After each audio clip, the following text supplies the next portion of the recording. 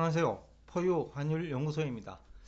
이번 시간에도 가상자산 얘기를 좀 해야 되겠는데, 아마 얼마 전에 이제 포유 환율 연구소가 가상자산하고 나스닥 지수하고 관련성이 높다, 뭐 한 두 차례 얘기를 한 것 같은데, 지금쯤은 이제 근본적인 얘기를 좀 해야 될 때가 됐지 않나 싶어요.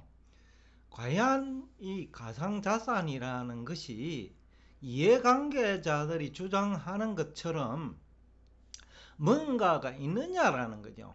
쉽게 하면 가치가 있느냐, 그분들이 얘기하는 만큼 가치가 있느냐라는 거죠. 블록체인 기술이라는 것은 가치가 있지만은, 그런데 그 결제 수단으로서 가상자산, 비트코인, 이더리움 다 마찬가지인데요. 결제 수단으로서 이 가상자산이 가치가 있느냐라는 것은 그 별개 문제거든요. 왜 그러냐 하면 대부분 이해관계자들은 결제 수단으로서 가상자산 가치를 강조하고 있단 말이죠. 근데 현실은 결제 수단으로서 가상자산은 대단히 불편해요. 화폐 역사를 보면 화폐는 편리성을 추구하는 쪽으로 발전해 왔어요. 물물교환 경제에서 그 금속 화폐로 발전된 것도 편리성 추구예요. 또 물물교환 경제에서 우리가 흔히들 얘기하는 그 화폐라는 것을 발명한 것도 편리성을 추구하기 위한 거예요. 그런데 이 가상자산은 지금 우리가 사용하는 화폐보다 그 결제 수단으로 사용하기에는 너무나 불편한 거예요. 우선은 우리가 사용하는 화폐가 없으면 그 가치가 얼마인지 알 수가 없어요. 그러니까 근본적인 문제죠. 우리가 사용하는 화폐가 없으면 엘살바도르도 그 보조 결제 수단인 비트코인을 결제 수단으로 사용할 수가 없는 거죠. 그러니까 불편하기 짝이 없다라는 거죠. 그 다음에 또 하나는 문제점은 가격이 수시로 막 등락을 하니까 하루에 10%씩 이렇게 등락을 하니까 이게 결제 수단으로 사용하기가 대단히 불편하죠. 그 거래의 상대방 입장에서는 그걸 왜 받아 이렇게 되는 거죠. 예를 들어서 물건을 만약에 파는 그 휴대폰 업체가 가상자산을 받고 판다고 하면 어제와 같은 경우 왜 내가 그 비트코인을 받고 이 휴대폰을 팔아 라는 그 반대 의견을 제시할 수 있죠. 그러니까 불편하다는 거죠. 대단히 불편하다. 그래서 화폐가 될 수가 없는 거지요.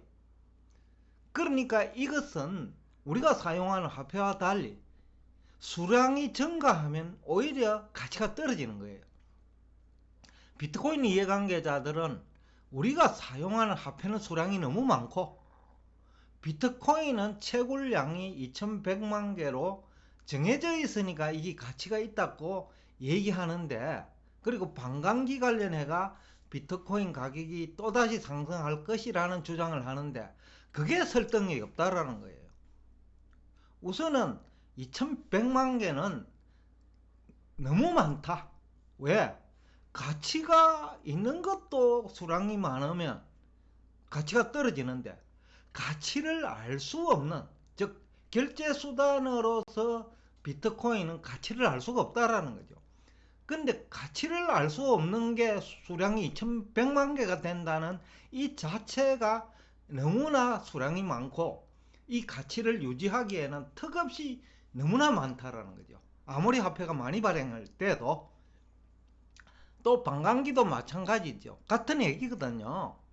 그러니까 이제는 채굴이 잘 안 되니까 가격이 오른다라는데, 지금의 그 채굴해 놓은 1900만 개도 너무나 많다라는 거죠. 또 이더리움도 있고 도지코인도 있고 경쟁 가상자산도 너무 많다. 그러니까 그 이해관계자들은 이 비트코인 수량이 작기 때문에 그 비트코인 가치가 있다고 생각하는데, 또 그분들은 비트코인만 살아남는다고 하는데, 블록체인 기술로서 가상자산은 사라지지 않는다라는 거죠. 점점 더 기술이 평준화되니까 가상자산의 희소성도, 기술이 평준화되니까 결국 가치도 하향 평준화되는 거죠. 왜냐하면 기술이 좋은 이더리움도 1,500만 원 하는데, 기술이 상대적으로 나쁜 비트코인이 3천만 원, 너무 비싸죠. 이더리움이 150만 원이네요. 그러니까 150만 원 하는데 20배나 비쌀 이유가 없다라는 거죠. 블록체인 기술로서 그 비트코인은 더욱더 가치가 없다라는 거죠. 그러니까 화폐로서, 결제 수단으로서의 그 비트코인도 가치가 없지만 블록체인 기술로서도 이더리움보다 못하다는 거죠. 그러니까 어느 쪽을 보더라도 이 비트코인은 가치를 얘기하기가 어렵다는 거죠. 그러니까 이것이 화폐로서도 대단히 불편하고, 사용이, 결제 수단, 뭐 화폐가 될 수 없죠. 그래서 영원히 이제 화폐는, 어떤 가상자산도 영원히 화폐로 발전은 불가능해요. 근데 이해관계자들은 이것을 향후 화폐가 될 수 있는 것처럼 얘기하거든요. 쉽게 하면 불가능한 얘기다.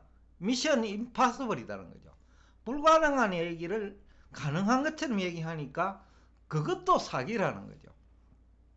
그 다음에 이것을 화폐로 사용이 불가능한 가장 중요한 이유는, 지금 종이화폐는 국가가 조세징수 수단으로 사용하면서 화폐 지위를 부여한 거예요. 그런데 이것은 국가가 조세징수 수단으로 사용할 수가 없어요. 왜냐하면 그것을 그 조세징수 수단으로 사용하는 순간에 재정위기로 발전하고, 금융회사는 금융위기로 발전한다는 거죠. 그래서 이것은 영원히 화폐로 그 법적 지위를 부여할 수 없다라는 거죠. 그래서 이것은 그분들, 이해관계자들이 주장하고는 완전히 다른 그 얘기인데, 그분들은 그런 식으로 거짓말이라고 봅니다. 몰라서 그렇다고 본인은 안 해요. 지금쯤에 벌써 비트코인이 개발된 지가 10년 가까이 됐기 때문에 이제는 다 진실이 다 노출되어 있어요.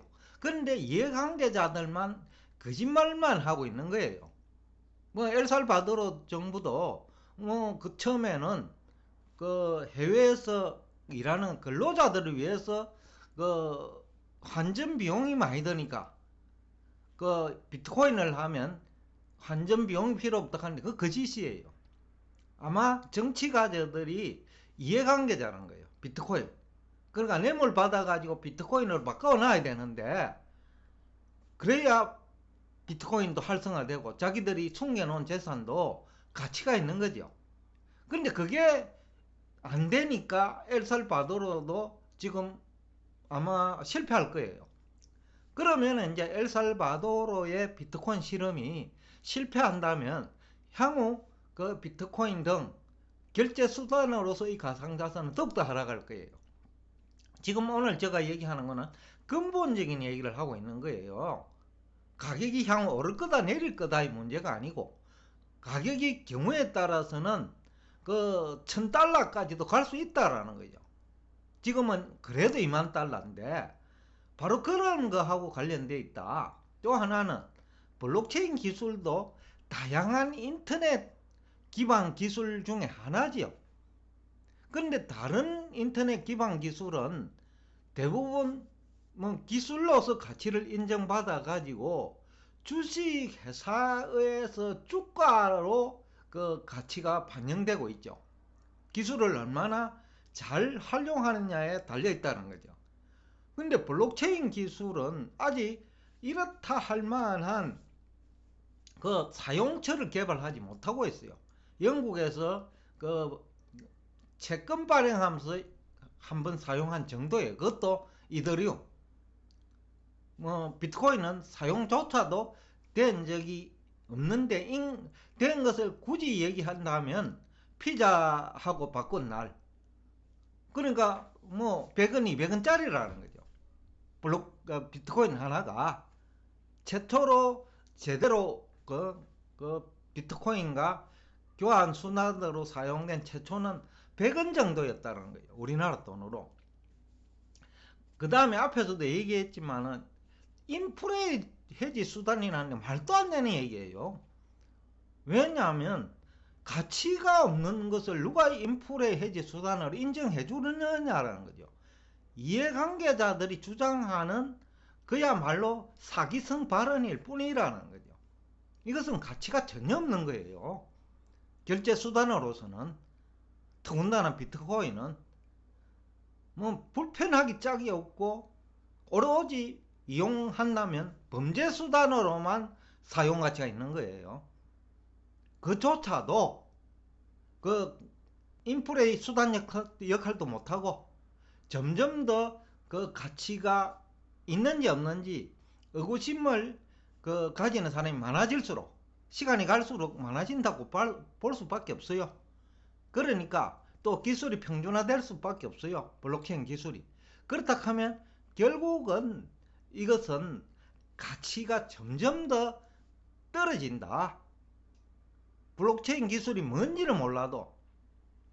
그러나 기술이 평준화된다는 것 자체는 상향 평준화죠.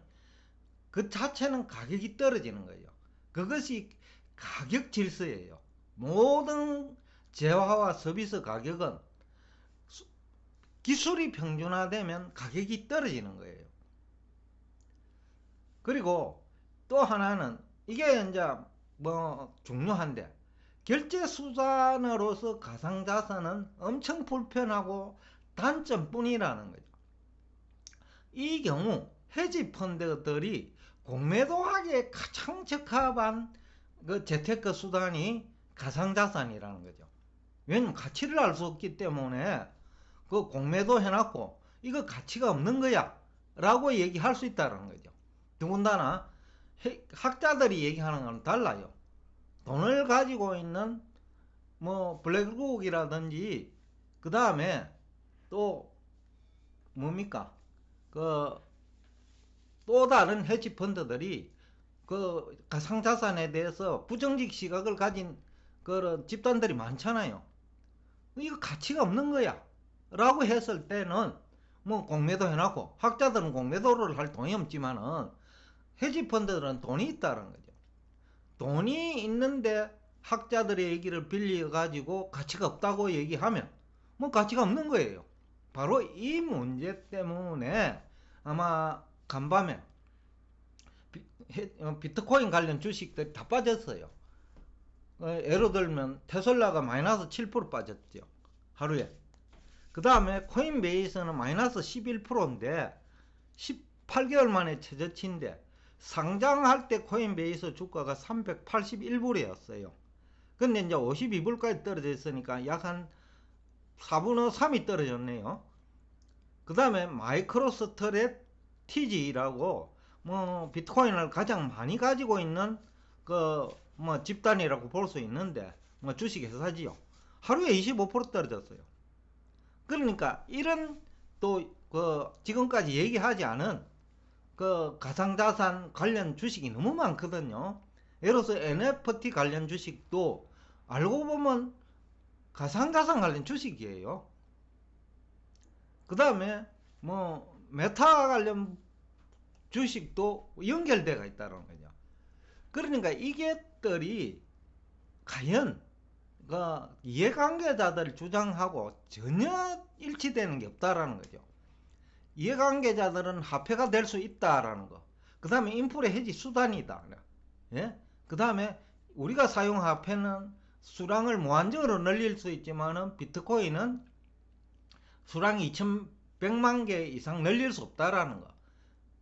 근데 이게 2000개만 돼도 가치가 더 없는데 2100만 개나 되기 때문에 더욱더 가치가 떨어진다는 얘기를 하는 사람은 없다라는 거죠. 그러니까 우리가 사용하는 화폐는 경제가 성장 발전하면 가치가 올라가요. 왜냐? 조세 부담 능력이 향상되거든요. 그러면 국가가 화폐를 발행하니까 국가의 조세 부담 능력이 향상되면 화폐 가치가 올라가는 거예요. 근데 비트코인은 그게 아니라는 거죠. 그렇다고 담보 가치도 있는 것도 아니에요. 우리가 사용하는 화폐는 조세가 지금 현재 조세 또는 향후 그 미래 세대가 감당할 조세가 담보 가치죠. 근데 비트코인은 그것도 없다라는 거죠. 그러니까 그분들이 얘기하는, 이해관계자들이 얘기하는 가상자산은 어떠한 아까 논리도 설득력이 없기 때문에 향후 가격이 얼마나 떨어질지 아무도 모르고, 관련 주식도 가격이 얼마까지 떨어져야 정상적인 주가인지 알 수가 없다. 그래서 결론은 여러분들 얼마 전에 두 분 얘기했는데 다시 한번 가상자산 관련 주식은 가능한 피해라. NFT도 마찬가지입니다. 이런 굉장히 이제 어떻게 보면 대단히 위험하다라는 얘기를 하면서 오늘 여러분과 대화를 여기서 끝내겠습니다.